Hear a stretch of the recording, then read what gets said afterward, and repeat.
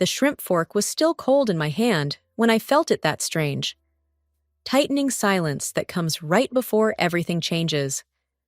The ballroom was all polished marble, gold lighting, and quiet ambition, the kind of place where executives smiled with their teeth and measured each other in contracts.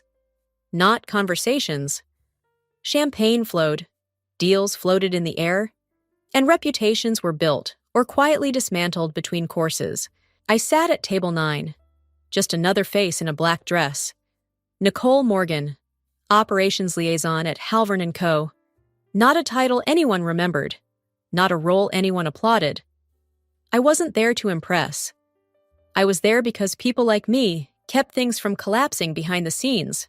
On paper, I was invisible, but buried deep inside a 300-page contract with Kessler Dynamics page 42. My name was written under a continuity clause, a single line that most executives never read twice. It stated clearly if I was removed without mutual agreement, the entire agreement could be considered breached. To them, it was just legal language. To me, it was a loaded switch. If you want to know what happens when someone pulls that switch and triggers a $39 million collapse, hit like on this video. And tell me, where are you listening from? And what's the temperature there right now? Now, let me tell you how it all really happened. I had spent 12 years making sure systems ran smoothly, shipments aligned, timelines held, crises never surfaced, the kind of work that disappears when done right. The kind no one notices until it's gone. Across the room, Ethan Cole laughed too loudly, surrounded by people eager to agree with him. Our new VP, 7 months in, already cutting what he called unnecessary weight. He hadn't looked at me once. And that told me everything.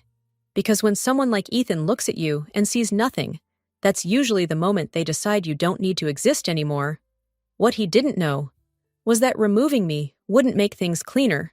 It would break everything. Before we go any further, I want to clarify one thing. This is a fictional story, assisted by artificial intelligence, to make it more engaging and vivid, especially to highlight the meaningful lessons behind it. Please continue listening. Ethan Cole didn't arrive loudly. He arrived efficiently, 7 months earlier. Halvern & Company introduced him as the future of operations. Younger, sharper, the kind of executive who spoke in metrics and moved in clean, decisive cuts. His first company-wide call lasted exactly 14 minutes. He talked about lean structure, post-growth optimization, and removing legacy drag. People nodded. Some even looked relieved. That's what confidence does in rooms full of uncertainty. I remember watching him that day. Not what he said, but what he didn't ask. He never asked who built the systems he was about to restructure. Never asked who held the relationships together when contracts got complicated. Never asked why certain processes, slow and unglamorous, had never failed. He only looked at numbers. And when he looked at me, I could tell exactly what he saw. A salary line. Something that had been there too long. Something easy to remove. At first, the changes were subtle. A meeting I'd been running for years suddenly moved without me. A report I always reviewed disappeared from my access. My name slowly stopped appearing in email threads where decisions were actually made. No announcement, no explanation, just absence. That's how it works when someone decides you no longer fit the picture. They don't remove you all at once. They fade you out, piece by piece, until even you start questioning whether you were ever central to begin with. Around me, people noticed, but no one said anything. They smiled a little tighter, spoke a little less. The kind of silence that protects careers. Ethan, on the other hand, looked more confident each week. He walked faster, spoke louder, laughed more easily in rooms that used to feel measured. He believed he was fixing something. What he didn't understand was this. He wasn't cutting excess. He was cutting into the structure itself, and structures don't collapse immediately. They wait. It didn't happen all at once. That would have been easier to fight. Instead, it came in quiet, almost forgettable changes, the kind you could dismiss if you weren't paying attention. The first sign was a missing report, every Friday for over a decade. I reviewed our service level metrics. It wasn't glamorous work, but it kept everything aligned. One morning, I logged in and the folder was gone, not moved, not archived, just inaccessible. I submitted a request to IT. The reply came back within minutes. Cold and templated. Access permissions have been updated under a new operational structure. Please contact your department lead. I stared at the screen longer than I should have. I was the department lead, or at least, I had been. After that, the pattern became impossible to ignore. Calendar invites stopped arriving. Meetings I used to run continued without me. Decisions were made, documented, and executed somewhere just out of reach, like I was watching my own job happen from behind glass. No one explained anything, and that silence spread. Megan from finance disappeared first. No goodbye email, no farewell lunch, just an empty desk by Monday morning. A week later, Daniel from systems was transitioned out. According to HR, the official language was always careful, almost poetic, pursuing other opportunities, strategic realignment, voluntary exit. No one believed it, but no one questioned it either. People started avoiding eye contact in the hallway. Conversations ended when I walked into rooms, not out of malice, but out of caution. Being associated with someone on the way out has a way of putting a target on your own back. Meanwhile, Ethan kept moving forward like nothing was breaking. He called it optimization. I called it erasure. By the time my dashboard login started lagging and my name quietly vanished from internal directories, I understood what was happening. This wasn't restructuring. It was a removal process, and I was already halfway gone. I went home that night with a feeling I couldn't ignore anymore. Not panic, not even anger, just clarity. When systems start shutting you out, you either wait to disappear or you start asking why. So I opened my personal archive, not the company drive, not the shared folders Ethan's new structure could touch. My own files, the ones I kept updated quietly over the years, more out of habit than suspicion. It didn't take long to find what I was looking for. The Kessler Dynamics contract, 300 pages of dense legal language, dated over a decade ago, signed by executives who had long since moved on. Written in a time when people still respected worst-case scenarios enough to prepare for them. I poured myself a cup of coffee, sat down, and started reading, not skimming, not searching keywords, actually reading, page after page of clauses, contingencies, obligations, most of it familiar. I had worked alongside this contract for years, even if my name had never been part of the conversation, until I reached page 42, clause 17.4, continuity of service provision. I slowed down, reading each line carefully, like I was seeing it for the first time. The following individual is designated as essential personnel. Removal from this project, whether through resignation or termination, shall constitute a breach of agreement unless pre-approved by both parties or replaced through mutual written consent. And there it was. Nicole Morgan. My name, printed clearly, not hidden, not implied, documented, signed, and legally binding. I leaned back in my chair, letting the weight of it settle. This wasn't just protection, it was leverage. The clause existed for a reason. Years ago, a project had nearly collapsed when a key operator disappeared mid-contract. After that, Kessler demanded guarantees, stability, accountability. They wanted to make sure it could never happen again, so they tied the contract to a person. They tied it to me. And suddenly, everything Ethan had been doing looked different. He thought he was removing something unnecessary. He had no idea he was standing on a fault line, and if he took one more step without checking, he wouldn't just remove me, he would break the entire agreement by the time the main course arrived. I already knew where I stood, not officially, not in any document anyone would admit to, but in the way people moved around me, in the way conversations curved just slightly out of reach, in the way my presence no longer changed anything in the room. That's how you know you've been removed before anyone tells you. The gala continued like nothing was wrong. Glasses clinked. Laughter rose and fell in carefully measured waves. Someone across the room gave a speech about growth and resilience, words that sounded polished enough to mean nothing at all. I nodded when expected, smiled when necessary, played my role perfectly. But inside, everything had already shifted. Daniel Reeves sat beside me, calm as ever, asking questions about operational timelines and supplier stability. He didn't need theatrics. He valued consistency, and for a moment, it felt almost normal answering him, like I still belonged in the system I had helped maintain for so long. Almost. Across the ballroom, Ethan stood at the center of attention, surrounded by executives and consultants who leaned in just a little too eagerly. He spoke with confidence, gesturing like he owned not just the room, but everything that would come after it. I watched him for a moment, not because I needed to, but because I wanted to be certain. He never looked in my direction, not once. No acknowledgement, no passing glance, not even the accidental recognition of someone who had worked in the same system for years. Nothing. It wasn't avoidance, it was erasure. That was the moment it became clear. The decision had already been made. I just hadn't been formally informed yet. I picked up my glass, letting the cold surface steady my hands. Around me, everything continued as expected, perfectly orchestrated, perfectly controlled. But beneath it, I could feel the tension building, because when someone removes a piece, they don't understand. The system doesn't fail immediately. It waits for the right moment. It happened between bites. One moment, I was cutting into overcooked steak. The next, my phone vibrated inside my clutch. Not a short notification, not a casual buzz.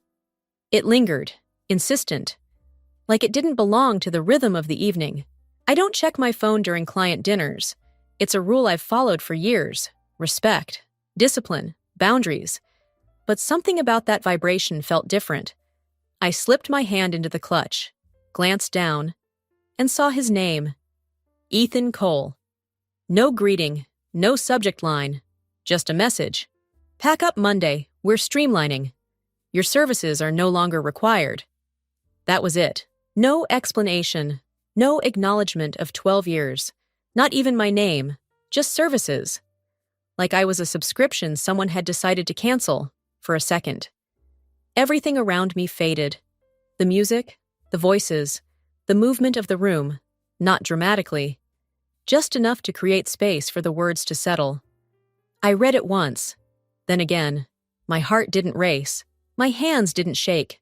There was no rush of anger, no surge of panic, just a stillness, a quiet, almost clinical understanding. So this was how it ended. Not with a meeting, not with a conversation, with a text message sent during a gala. I exhaled slowly, then tilted the screen slightly toward Daniel Reeves beside me. He paused mid-motion, his glass hovering just above the table as he read. His expression didn't change immediately, but I saw it, that small shift in focus, that precise moment when someone realizes a mistake has already been made. He set his glass down carefully. "Do you remember Clause 17.4? He asked quietly. I didn't answer right away. I didn't need to, because in that moment, the message stopped being a termination and became something else entirely. If you think Ethan Cole was right to fire someone through a cold message in the middle of a gala, comment reasonable. But if you feel that decision crossed a line and revealed a deeper mistake, then write he was wrong. Some choices don't just affect one person. They shake an entire system. I'm curious, which side are you on? Daniel didn't raise his voice. He didn't show surprise the way most people would. He simply read the message again, slower this time, as if confirming what he already knew. Then he placed his glass down with quiet precision and reached for his phone. Let me be very clear, he said, his tone calm but sharpened by experience. He didn't just terminate you. His fingers moved across the screen, steady, deliberate, No hesitation. He may have just terminated the entire agreement. I watched him type. Not rushing, not reacting emotionally. This wasn't panic. This was recognition. The kind that comes from someone who understands exactly where the fault lines are buried. He turned the screen slightly toward me before sending it. To Ethan Cole message, "You've just breached a continuity clause tied to our master contract. Legal will be in touch." No extra words. No warning softened with courtesy. Just a statement of fact. Daniel looked at me then.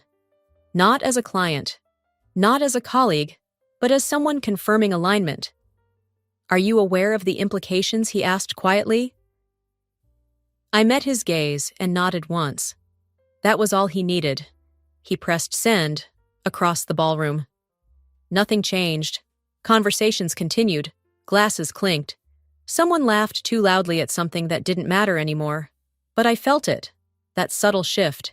The moment when something irreversible begins. Ethan's phone lit up somewhere across the room. I saw him glance down. The confidence on his face holding for just a second too long. Then it cracked. Just slightly. His posture stiffened. His attention fractured. He stepped away from his circle, moving quickly toward the lobby, no longer the center of anything.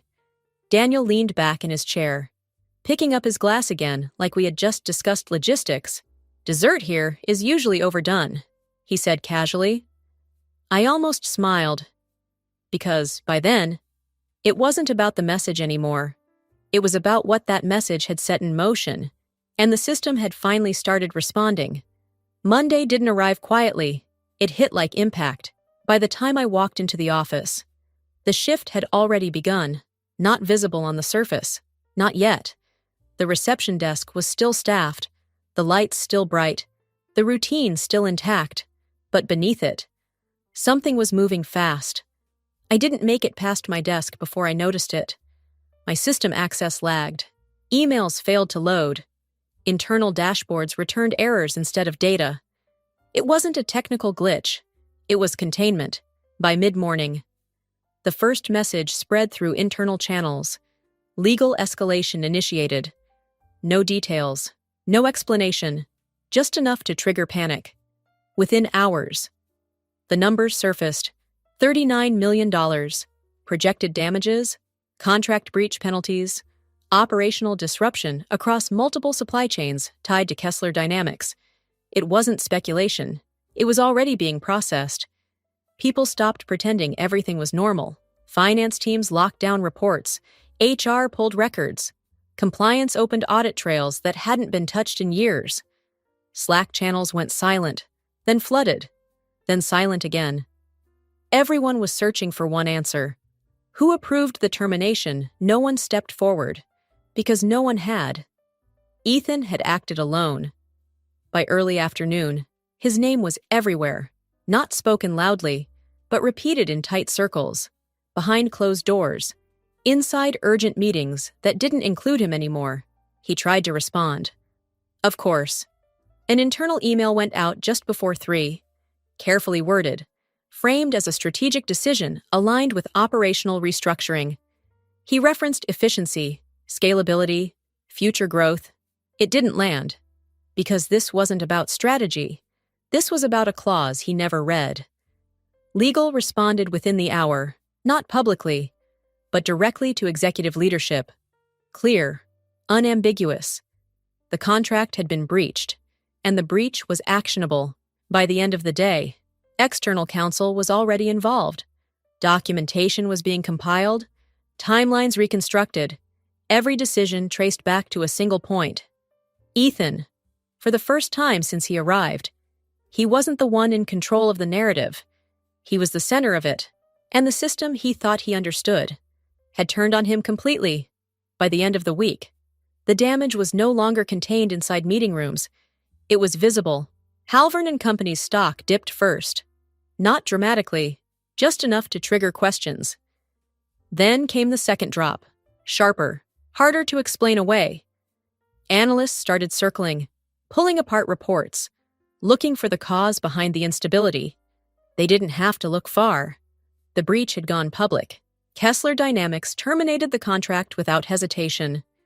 No negotiation window, no attempt to smooth it over. Just a formal statement confirming non-compliance and immediate disengagement, in corporate language. It sounded controlled. In reality, it was a collapse. Inside the company, the structure began to fracture. Emergency board meetings stretched late into the night. Executives who once spoke with certainty now avoided direct answers. Every department was pulled into review mode. Every decision re-examined under pressure. Ethan didn't disappear immediately. At first, he tried to hold his ground. He attended meetings, defended his decision, framed it as a necessary move within a broader restructuring strategy. He used the same words that had worked before. This time, they meant nothing, because now there was evidence. A clear timeline, a documented clause, a measurable loss, and no approval above him by midweek. The announcement came quietly. Ethan Cole had been placed on administrative leave pending internal investigation. No company-wide email, no formal explanation, just access revoked, meetings reassigned. His name slowly removed from systems the same way mine had been. Only this time. People were watching. It didn't stop there. The general counsel resigned 2 days later. Officially, it was for personal reasons. Unofficially, his name had appeared on too many oversight gaps. The board needed accountability, and someone had to absorb the pressure. Clients began pulling back. Not all at once, but enough to matter. Renewals paused, contracts delayed, conversations shifted from partnership to risk management.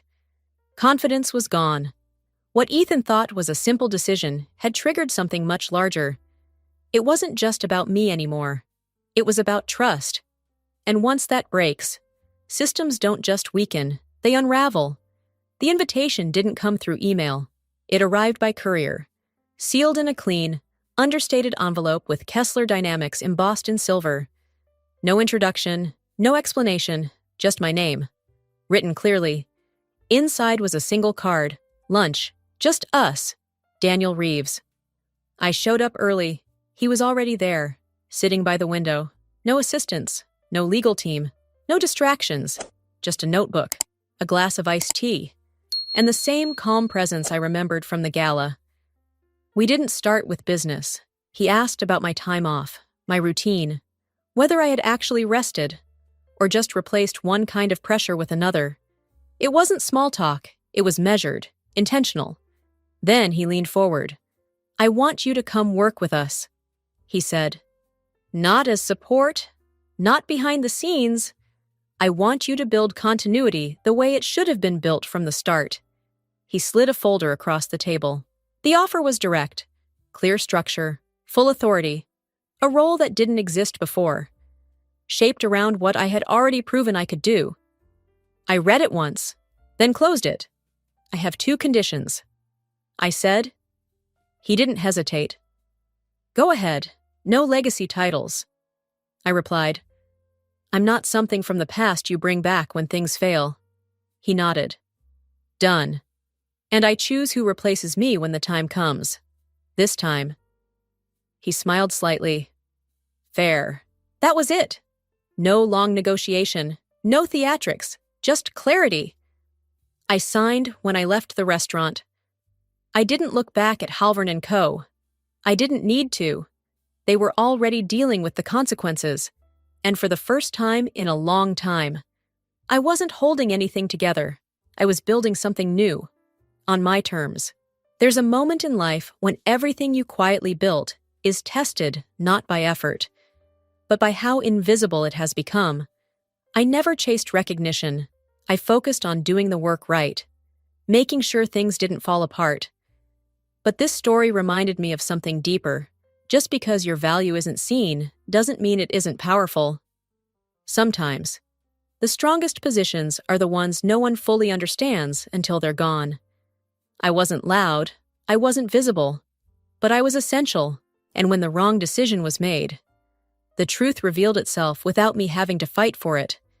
That's the kind of strength I want you to remember, not the kind that demands attention, but the kind that stands firm when everything else collapses. Through this story, I learned 5 important lessons. First, never underestimate your own value, even if others do. Second, always understand the system you're part of. Knowledge is power. Third, silence and patience can be more powerful than reaction. Fourth, decisions made without full understanding can destroy entire structures. Fifth, sometimes the best response is to step back and let consequences unfold. What about you? Did this story leave you with a lesson of your own? I'd really like to hear your thoughts. Share them in the comments. And if this story made you think, even for a moment, consider subscribing, liking, and sharing it with someone who needs to hear it. Because sometimes, the most valuable thing we can do is pass on a story that might change the way someone sees their own worth. Welcome to Boardroom Revenge Stories, a channel focused on workplace conflict, corporate betrayal, power struggles, and quiet justice. Our stories follow a structured workflow to deliver a consistent, immersive experience. We start by analyzing real discussions on Reddit, Facebook, Quora, and blogs.